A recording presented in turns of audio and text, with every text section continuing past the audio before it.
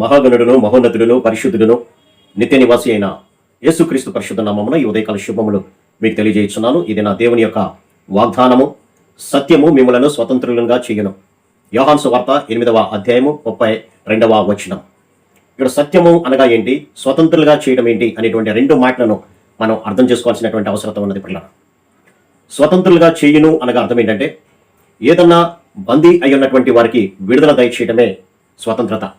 లేదంటే కొదువుగా పెట్టబడినటువంటి దాన్ని వెల ఇచ్చి విడిపించడమే స్వతంత్రులుగా చేయట. అయితే ఇక్కడ ప్రభు మాట్లాడుతూ అంటున్నటువంటి మాట ఏంటంటే, సత్యము మిమ్మల్ని స్వతంత్రులుగా చేయను. సత్యము అనగా ఈ లోకంలో ఏది కూడా సత్యం కాదు పిల్లలు. కానీ ప్రభు అంటున్నటువంటి మాట నేనే సత్యము అని అన్నారు. సత్యము అనగా ఏదైతే ఉన్నదో దానినే మనము సత్యము అని అంటాం. కాబట్టి యేసు క్రీస్తు ఈ లోకంలో జీవించారు అనేది ఒక సత్యము. ఆయన సమస్త మానవాళి కొరకే తన యొక్క రక్తాన్ని చిందించారు అనేది సత్యము పిల్లలు. కాబట్టి సత్యమై ఉన్నటువంటి యేసు క్రీస్తు మిమ్మలను స్వతంత్రులుగా చేస్తాను అని అంటున్నారు. చాలా మంది అనుకోవచ్చు, మేము దేనికి బందీ అయి ఉండలేదు కదా, దేనికి మేము దాసులమై ఉండలేదు కదా, మమ్మల్ని ఎలా ప్రభు విడిపిస్తారు అని అనుకోవచ్చేమో. అయితే వాక్యం ఏమని సెలవిస్తుందంటే, పాపము చేయు ప్రతి వాడు పాపములకు దాసుడు అని అంటాడు. చాలా మంది మేము ఏ పాపాలు చేయట్లేదు కదా, మేము నీతివంతంగా జీవిస్తున్నాం కదా అని అనుకుంటారు. కానీ వాక్యం సెలవిస్తుంది రోమాపత్రికలో, నీతివంతుడు లేడు ఒక్కడు కూడా లేడు అని వాక్యం సెలవిస్తుంది. కానీ మేము నీతివంతులము అని అంటారు. దేనిని బట్టి అంటే వారు చేస్తున్నటువంటి ఈ లోక సంబంధమైనటువంటి మంచి కార్యాలను గురించి వారు చెప్తూ ఉంటారు. అయితే ప్రభు అంటున్నటువంటి మాట ఏంటంటే, మీ నీతి స్వనీతి సంబంధమైనది, అవన్నీ కూడా మురికి గుడ్డలు లాంటివి అని అంటారు. కాబట్టి వాక్య ప్రకారం మనం ఆలోచన చేసినప్పుడు ఈ లోకంలో నీతిమంతుడు అయినటువంటి వాడు ఒక్కడూ లేడు కూడా, పరిశుద్ధుడైనటువంటి వాడు ఒక్కడు కూడా లేడు పిల్లలు. ప్రతి వాడు తనకిష్టమైనటువంటి మార్గంలో నడుస్తూ తన జీవితంలో ఇహలోక సంబంధమైనటువంటి పాప సంబంధమైనటువంటి శరీరాశలను నేత్రాశలను జీవపు డంబాన్ని నెరవేర్చుకుంటూ ప్రతి ఒక్కడు కూడా పాపంలో మునిగి తేలుతూ నేను నీతిమంతుడను, నేను మంచి కార్యాలు చేస్తున్నాను అనేటువంటి ఒక భ్రమలో ఉన్నారు పిల్లలు. కాబట్టి వాక్యం సెలవిస్తుంది, పాపం చేసేటువంటి వాడు ప్రతి వాడు కూడా దాసుడే. దేనికి దాసుడు అంటే పాపానికి దాసుడు. పాపము ఎవరి వల్ల వస్తుందంటే సాతాను చేసేటువంటి క్రియలలోనే వస్తుంది. కాబట్టి ప్రతి వాడు కూడా ఈ లోకంలో సాతాను వేసేటువంటి శరీరాశలను నేత్రాశలకు జీవపు డంబానికి లొంగిపోయి వాటిని నెరవేర్చుకుంటూ సాతాను యొక్క కాడిని ప్రతి ఒక్కడు కూడా మోస్తున్నాడు పిల్లలు. అయితే ఆ కాడి నుంచి విడుదల కలిచేయాలని, పాప బంధకముల నుంచి మానవునికి విడుదల దయచేయాలని, సమస్త మానవాళి కూడా ఆ పాపము ద్వారా వచ్చేటువంటి మరణం నుంచి విడుదల కలిచేయాలనే యేసు క్రీస్తు ప్రభు వారు సత్యముగా ఈ లోకానికి వచ్చారు పిల్లలు. ఆయన మాత్రమే సత్యమైనటువంటి దేవుడు. అందుకని ఆయన చెప్తూ నేనే సత్యాన్ని, నా మాటలే సత్యము అని అంటారు. ఆ సత్యము ఈ లోకంలోనికి మానవావతారిగా వచ్చి సమస్త మానవాళి ఏ పాపము చేత అయితే పీడించబడుతున్నాడో, సమస్త మానవాళి ఏ పాపపు దాసత్వం కింద నలుగుతున్నాడో వానికి విడుదల కలుగు చేయడానికే ఆయన తన యొక్క రక్తాన్ని చిందించాడు పిల్లలు.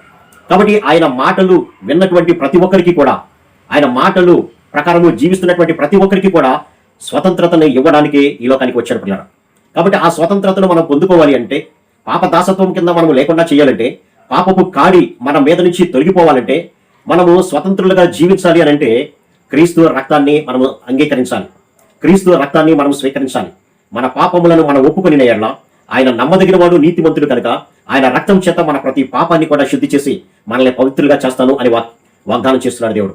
కాబట్టి సత్యమై ఉన్నటువంటి క్రీస్తును మన హృదయంలోనికి అంగీకరించడం ద్వారా, సత్యమై ఉన్నటువంటి క్రీస్తుని మన యొక్క హృదయంలోనికి స్వీకరించడం ద్వారా ఆ ప్రతి పాపాన్ని కూడా తీసివేయగలుగుతాం పిల్లలు. అప్పుడు మాత్రమే మనం స్వతంత్రులుగా అవుతాం. ఆనాడు బ్రిటిష్ ప్రభుత్వపు యొక్క బానిసత్వంలో బ్రతుకుతున్నప్పుడు ఈ మన వాళ్ళు అనగా భారతీయులు బ్రిటిష్ వారి మీద ఫైట్ చేయడం ద్వారా, యుద్ధము చేయడం ద్వారా వారికి విడుదల కలుగు చేశాడు. అలాగే మనము కూడా క్రీస్తుని పోలి నడుచుకుంటూ క్రీస్తు వాక్యాన్ని మన హృదయంలో భద్రపరచుకొని సాతానుతో మనం పోరాడుతూ క్రీస్తుని పోలినటువంటి వారిగా మనం నడుచుకోవాలి. అనగా దేవుడిచ్చేటువంటి సర్వాంగ కవచమైనటువంటి ప్రేమను, సత్యాన్ని, రక్షణను, వాక్యాన్ని, ప్రార్థనను కలిగి ఉండటం ద్వారా సాతాను వేసేటువంటి ప్రతి బాణాన్ని కూడా మనం ఎదుర్కొన్నప్పుడు మనకు విడుదల కలుగుతుంది ప్రియారా. కాబట్టి మన కన్నులు చాలా బలమైనవి ప్రియారా. అవి ఊరికినే పాపానికి ఆకర్షించబడతాయి.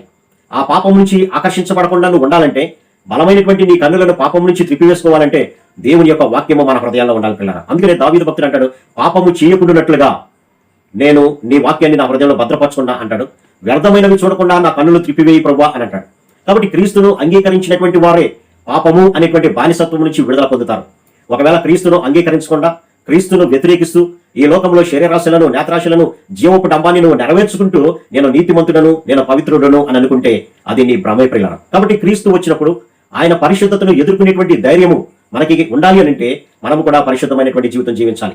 ఏ పాపము లేనటువంటి వారుగా, ఏ కల్మషము లేనటువంటి వారుగా, ఏ శరీర సంబంధమైనటువంటి కోరికలు మనం లేనటువంటి వారుగా, ఏ శరీర సంబంధమైనటువంటి కార్యాలు ప్రభు సెలవిచ్చినట్లుగా గలతీపత్రులు ఏమీ లేకుండా ఉన్నప్పుడు మాత్రమే మనం ఆయనను స్వీకరించినటువంటి వారు అవుతాం. సాతాను యొక్క బానిసత్వం నుంచి విడుదల పొంది స్వతంత్రతను పొందుకొని క్రీస్తు బిడ్డగా మనం జీవించగలుగుతాం పిల్లలు. కాబట్టి ప్రభు మాత్రమే మనకు స్వాతంత్రాన్ని ఇచ్చేటువంటి వాడు.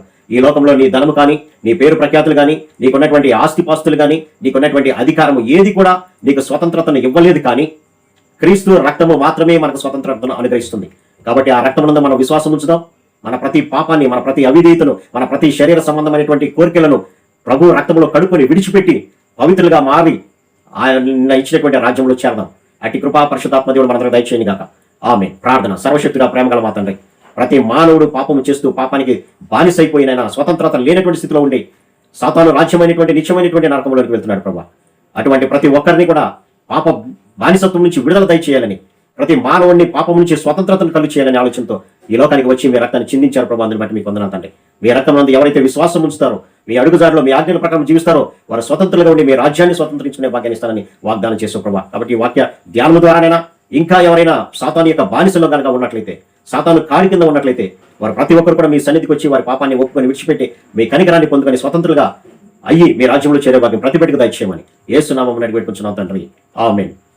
God bless you.